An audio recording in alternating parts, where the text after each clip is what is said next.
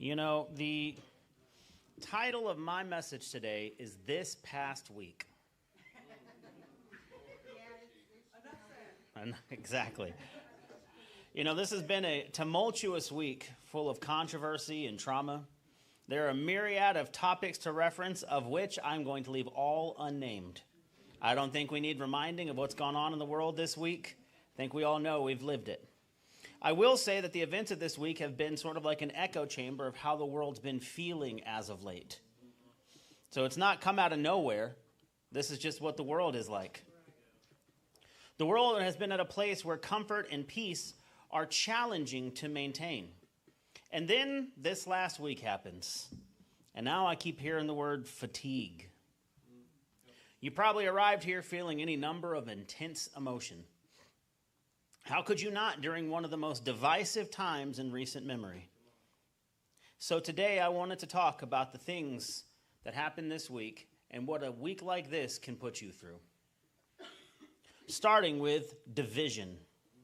It pulls you away from other people, leaving you unable to save the lost and no longer able to have the peace of community. Romans 16:17 says, I urge you, brothers and sisters, to watch out for those who cause divisions and put obstacles in your way that are contrary to the teaching that you have learned. Keep away from them. Galatians 5:15. But if you bite and devour one another, take care that you are not consumed by one another. Matthew 12:25. And knowing their thoughts, Jesus said to them, any kingdom divided against itself is laid waste, and any city or house divided against itself will not stand. Division is something right now that just can't seem to be avoided. The world is so heavily divided. Don't believe me? Scroll through your social media and any number of issues will be being heavily contested and debated. As people, we want to get involved and put our 2 cents in. But as Christians, your spirit knows that that divisiveness poisons you from the inside out. Makes you act in ways that's unbecoming of yourself. Makes you say things that you should regret. I don't know if you do, but you should. It's got us acting like the old song Uncle Sam sang, I don't ever want to see you again. The Bible as well look at everyone you know and love and cut them all off because the topics are going to keep on coming and we're not going to keep on agreeing on them all. And let me advocate for why I think this cutoff culture is such a damaging thing. Number one, and very easily, it is not of God. Jesus didn't cut people off. And also, if good people with good morals cut themselves off from everyone who doesn't agree with them, even if they are correct about the issue, they're wrong to cut people off because how else are other people going to see the light? The world's logic doesn't make any sense either when you think about it. They tell you to cut people off when they have certain opinions. And then they say we must all speak up and speak out. Who are we talking to then? People who agree with us? What's the point of that? Except to prove that you are worthy to them. It's not some noble mindset. It's a psychological trick to fool you into shouting your every opinion from the rooftops so they can monitor you and make sure you're not saying the wrong things. So that when you do, they can turn their blades on you because they're looking for the next person to destroy. The devil is dividing us, one foolish quarrel after another, and we keep dipping our toes in. How are Christians going to bring people to God if we can't even talk to them? Oh, I wish somehow they'd have a change of heart. Well, you know who changes hearts? God. And it's your job to share him with anyone and everyone, no matter how ignorant they are. This cutoff mindset is selfish. It's getting you into the practice of seeing people as targets, as enemies. It makes you say, I need to protect me, rather than the godly version of that, which is I need to love them. I need to save them. You keep cutting people off, and one day it's going to be just you and Satan sitting on the couch together. What, you don't see the plan? Cut you off from people first. Get you divisive and always seeking the error and reasons for hate. And then he slowly helps you turn that on your relationship with God. See, this is bigger than politics. This is bigger than some world event that happened right now. I don't care what the issues of the world are right now. Your soul is at stake, and so is everyone else's. That's some common ground. Now listen, division, it leads to anger. And a lot of what I just said is going to make some folks online angry. And that brings me to my next point. Anger. Oh, it's the antithesis of who Jesus was. We cannot properly separate hating people's viewpoints and opinions from hating them. Wow. That is a struggle for us. Ephesians 4:26 through 27. Be angry, and yet do not sin. Do not let the sun go down on your anger. And do not give the devil an opportunity. Proverbs 15:18. A hot-tempered man stirs up strife, but the slow to anger calms a dispute. My favorite of all these, Ecclesiastes 7:9. Do not be quickly provoked in your spirit, for anger resides in the lap of fools. All this division's got the world angry.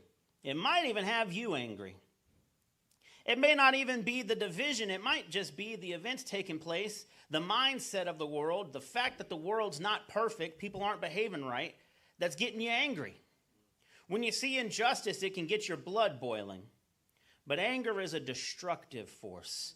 Anger is a weapon, and it's too strong for most of us to ever try to pick up and wield. We destroy other people with it, and even ourselves. Anger is the mother of hatred. Stay angry long enough, and hatred's going to be birthed. Anger is a grenade. You pull the pin, and once you let it go, a lot of destruction is coming. I picture it like a spiked gauntlet, but all the spikes are on the inside. You put it on thinking you're going to hurt somebody else until you see that it's your blood on the floor. Anger hurts, don't it? The devil has gotten us to lose our patience. We as a society are far too quick to anger and too quick to wrath with one another. It don't feel right either. Like once you got God in your heart, anger feels like an unwelcome guest.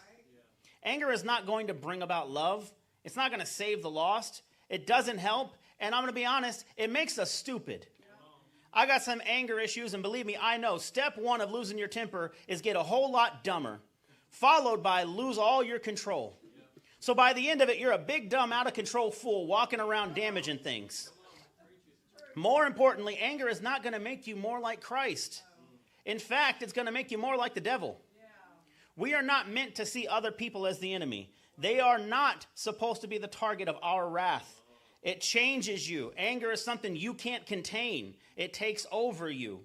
And parents, brace yourselves. How many times have you been less patient with your kids because the world's got you angry about something? How many times have you gotten so mad about current world events that you've been snappy with your kids? Have you ever been so overtaken with anger that it made you a worse parent? I know I have. You've given all of yourself to the news and to social media, and now your kids get left over mom and dad. Anger is changing us. It's shaping us, making ugliness a primary feature of our hearts. They say one of the leading causes of anger is my next point, fear. A lot of people are afraid right now. Fear is the first step in a series of bad decisions. It's a sign of missing faith and a lack of trust in God. Mark 4:40, he said to his disciples, "Why are you so afraid? Do you still have no faith?" Proverbs 29:25, fear of man will prove to be a snare, but whoever trusts in the Lord is kept safe. Fear is a trap. It makes you give the focus that belongs to God to your problems. It takes you from feeling blessed to feeling stressed. Your prayers don't got thanks in them anymore. You don't exalt God anymore. Imagine describing your circumstances to God and then trying to convince him how bad it is, how impossible this situation is. Between the social media war that's going on, the radio, word of mouth, 24-hour news cycles on TV, newspapers, magazines, there is always some kind of fear-mongering going on. Some new big bad to be afraid of. Something for you to worry about. And if you don't get fear under control, before you know it, all the joy in your life is fleeting and gone. That's the first victim of your fear right there, your joy, your peace.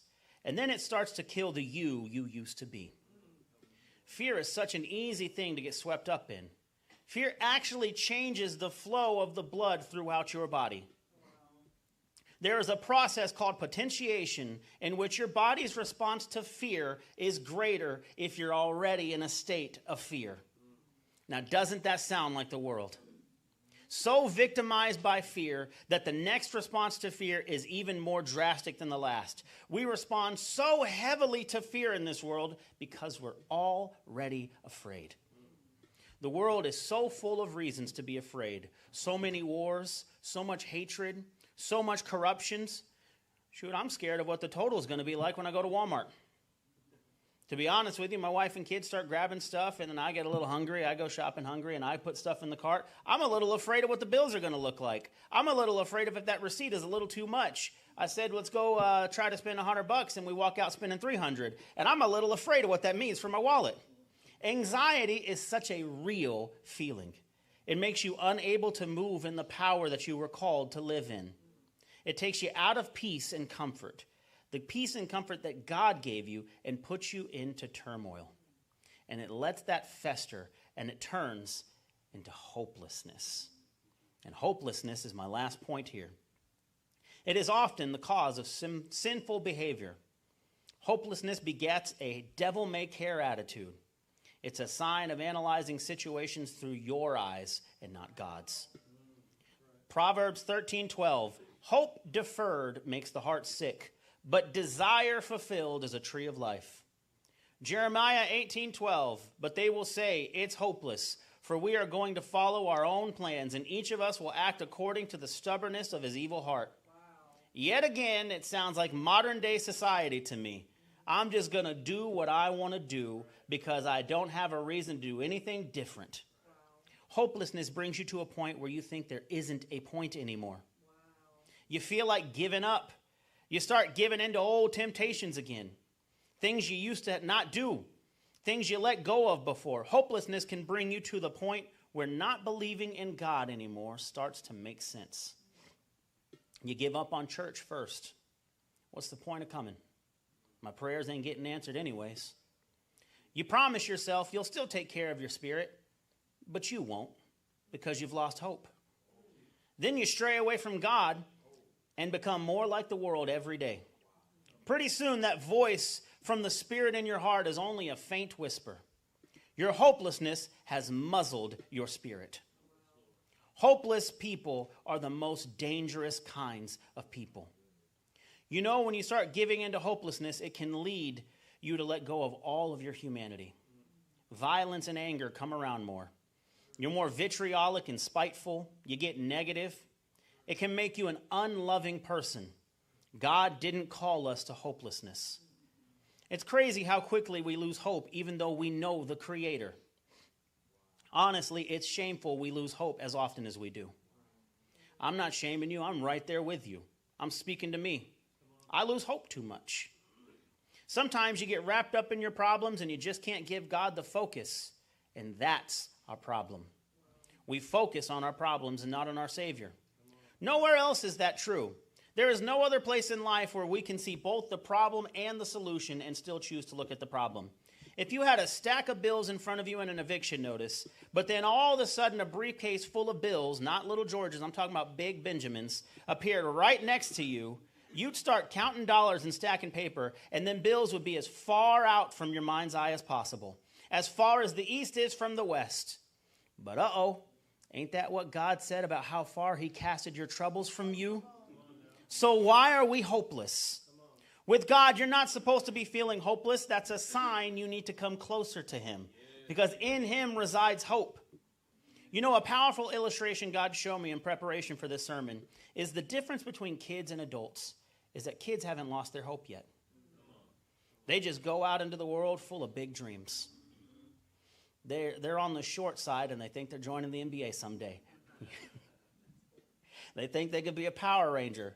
I did until I was too old to admit that I thought I could be a Power Ranger. They see the best in people because that hope makes them see the world better. They love wholeheartedly because they don't worry if they're going to get love back. They just love. They don't analyze love, they just feel it. They stay true to who they are because hope fills them with love, and that love makes them love themselves. That hope children have isn't ignorance. It's a powerful tool they use to become better and grow. And I think we need to try to do that ourselves. So we know the problems that all of this week can cause for us, but I want to go back and climb back up the ladder and talk to you about what God says about all of those problems, starting with hopelessness. There is hope in the Lord. Stop analyzing hope by looking at mankind. Romans 5:3-5. And not only this, but we also exult in our tribulations, knowing that tribulation brings about perseverance, and perseverance, proven character, and proven character, hope. And hope does not disappoint, because the love of God has been poured out within our hearts through the Holy Spirit that has been given to us.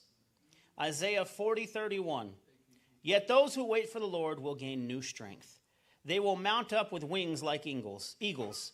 They will run and not get tired. They will walk and not become weary. There is hope in the Lord. I know right now it feels like this world is hopeless. But one, God is in control still. And two, you aren't of this world, so don't worry about it. You focus on the peace of God, spreading the love of Jesus, and living a loving, full life. Yes, that peace will not make sense. And when you go out into the world, you're going to be so full of something different that they're going to ridicule you. People will remind you of the plight and pain. You just keep reminding yourself of your Savior. Put your trust in God. He is everywhere, so look for him. He's in nature through the sun, the moon, the stars. There's lots of trees and animals and other creations like flowers, and sometimes it's a breezy wind on a hot day that just gets me to remind myself that God is there. He is in the warmth that's coming from the smile of someone you love. God is the compassion that you see in others. The night sky for me is a constant reminder of God's love. He made all that for me, and yet somehow I'm still his favorite. So what in the world makes you think that in this world he forgot you somehow? Have hope, because God is here all the time. Start reminding yourself. And when you get on social media and it's got you feeling blue, don't log off. Hit the search bar and look for positivity. It's there. You just ain't been looking for it. Sometimes I type in things like good deeds, heartwarming moments, emotional moments for men, and it's usually just scenes of friends dying for each other in battle in movies, but hey, it works. Trust me, the solution to hopelessness is prayer, spending time with God, and shifting the things you see from the world to the positive ones. That will bring your faith in humanity back. So what about fear? I know times are hard, but your faith in Christ must be stronger. Look at the world around you and remember you are a child of the one who made all this. Proverbs 3:25-26. Do not be afraid of sudden fear, nor of the onslaught of the wicked when it comes, for the Lord will be your confidence and will keep your foot from being caught. John 14:27. Peace I leave with you. My peace I give to you. Not as the world gives do I give to you. Do not let your heart be troubled, nor ever let it be fearful. The girls sang a song a while back, and they sing it often. I will be still and know you are God. That says it perfect right there. In the face of fear, I will be still and know you are God. You want to fix your fear? Dedicate yourself to the Father more. Read his word. Come to church. Start loving on other people. Listen, fear gets right off of you the moment you start serving others. Funnily enough, that's exactly what Jesus did. And when we stop acting like us and act like him, fear leaves. It falls right off the bone like some good ribs. By the way, who's taking me to barbecue for lunch? Because I've made myself hungry. I want some pork loin and potato salad, maybe some catfish and some hush puppies. I know some of y'all got some secret restaurants you're keeping from me. I need to know about them. Listen, when fear tries to get a hold of you, you start doing good things for those you love. Call them up. Check on them. Listen, if you call me to check on me only because you're feeling afraid about life, I'm going to be honored that you thought about me in those times. Take someone out to lunch. Bring your coworker some morning coffee when you show up. You were going to be late anyways. And this gets the heat off of you. Also, just fellowship. When you are afraid, other people may not be. Find good people and spend time with them. Hang out and do something to get your mind off of your fear and on more good times. Anger. What do we do about anger? See, anger makes you less like Jesus and more like the devil. And no wonder people don't want to hear Christians out. Colossians 3:12 through 13. So as those who have been chosen of God, holy and beloved, put on a heart of compassion, kindness, humility, and gentleness, and patience, bearing with one another and forgiving each other. Whoever has a complaint against anyone, just as the Lord forgave you, so also should you. Matthew 5:9, blessed are the peacemakers, for they all shall be called sons of God. Ecclesiastes 7:9, do not be eager in your heart to be angry, for anger resides in the lap of fools. Romans 14:19, so then we pursue the things which make for peace and the building up of one another. Let me say this plain and clear. The world is broken. You know that. So stop being shocked when it's broken. Why are we surprised about a broken world? Why did this week shock any of us? This world is broken. When you are feeling angry, it is important to try to empathize with other people. Yes, even the dumb ones. Find the good qualities in them. Everyone has some. Every person who's ever lived has some good qualities in them. Slow down and pray before you make bad decisions. It's hard to pop off at someone when you just got done running it by God. Stop expecting perfection out of people when you can't even be perfect. People are going to be ignorant sometimes. And guess what? You are people. You will be ignorant sometimes. Somewhere down the line, you're going to be the ignorant one, and how you treated others is how they're going to treat you. Remind yourself that anger doesn't make the world a better place. And if you are angry at the world for being bitter and mean and spiteful, why act just like it? Be better. Be an example. And do it when it hurts, because that's when it matters. Division. Lastly, division. A broken world needs a unified church with people always seeking peace. Ephesians 4:3, being diligent to preserve the unity of the Spirit and the bond of peace. Colossians 3:14, beyond all these things put on love, which is the perfect bond of unity. Romans 12:16, live in harmony with one another. Do not be proud, but be willing to associate with people of low position. Do not be conceited.